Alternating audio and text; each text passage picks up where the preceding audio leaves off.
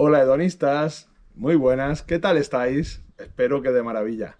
Bueno, soy Andrés García y vengo de La Majada y otro día más vengo a explicaros tipologías de quesos muy particulares. El otro día os explicamos los quesos de pastas blandas, ¿vale? Y hoy os voy a explicar otras tipologías de quesos.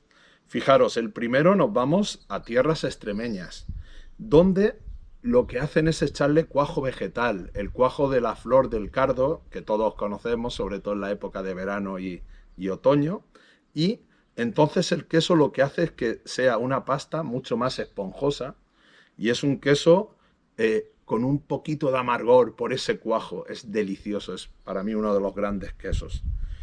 Luego nos vamos a los quesos de pasta cocida, sobre todo del centro de Europa. En este caso es un queso comté y al ponerlo a 55 grados lo que vamos a encontrar son quesos muy dulzones y quesos que son elásticamente mucho más gomosos. Está riquísimo.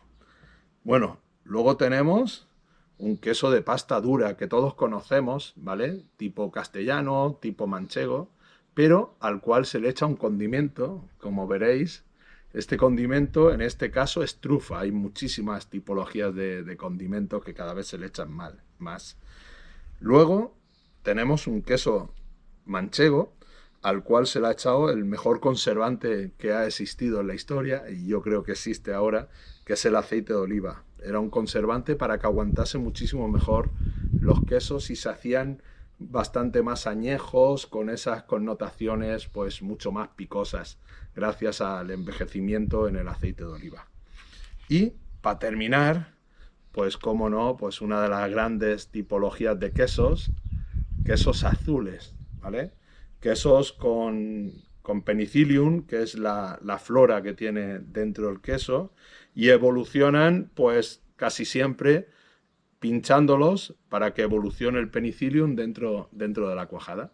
Pues nada, espero haberos sorprendido en algunos quesos y dentro de poco nos veremos con más cosas. Chao.